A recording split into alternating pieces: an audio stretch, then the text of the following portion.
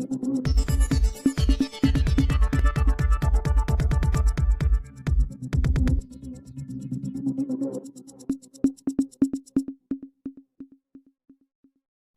ફોર્મની ચકાસણી દરમિયાન કોંગ્રેસના ઉમેદવારનું ફોર્મ રદ થયું। મીઠા તાલુકા પંચાયત કોંગ્રેસના ઉમેદવારનું ફોર્મ રદ થયું। કોંગ્રેસના ઉમેદવાર કલ્પનાબેન સુરેશભાઈ માળીનું ફોર્મ રદ થતાં ભારતીય જનતા પાર્ટીના ઉમેદવાર બિનહરીફ ચૂંટાયા। ઉમેદવારને 3 બાળકો હોવાને કારણે ઉમેદવારી પત્ર રદ થયું હોવાનું સામે આવ્યું। હું જિગ્નેશ જાની, મામલતદાર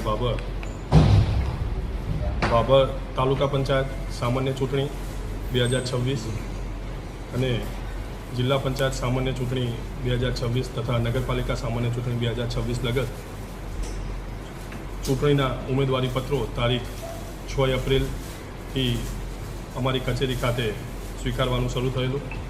6 થી 11ના સમયગાળામાં તાલુકા પંચાયતની કુલ 18 સીટો માટે 60 ઉમેદવારી પત્રો ચૂંટણી અધિકારીની કચેરીએ મળે, જેમાંથી આજરોજ ચકાસણીની કામગીરી પૂર્ણ થતાં કુલ 17 ઉમેદવારી પત્રો અમાન્ય અને 43 ઉમેદવારી પત્રો માન્ય કરવામાં આવેલ છે।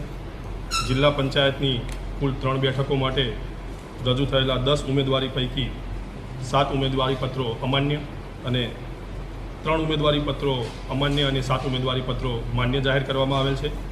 નગરપાલિકાના 6 વોર્ડ માટે કુલ 54 ઉમેદવારી પત્રો રજૂ થયેલ, જે પૈકી 2 ઉમેદવારી પત્રો અમાન્ય અને 52 ઉમેદવારી પત્રો માન્ય જાહેર કરવામાં આવેલ છે।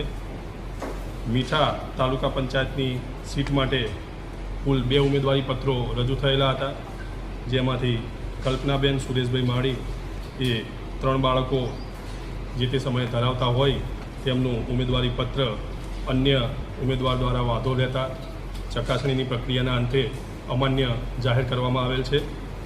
તારીખ 15ના રોજ ઉમેદવારી પત્રો પરત ખેંચવાની 3 વાગ્યાના સુધીનો સમયગાળો છે। ત્યારબાદ મતદાન તારીખ 26/4/2026ના રોજ યોજાશે અને તારીખ 28/4/2026ના રોજ આ મતદાનને લગત મતગણતરીની કાર્યવાહી અમારી કક્ષાએથી હાથ ધરવામાં આવશે।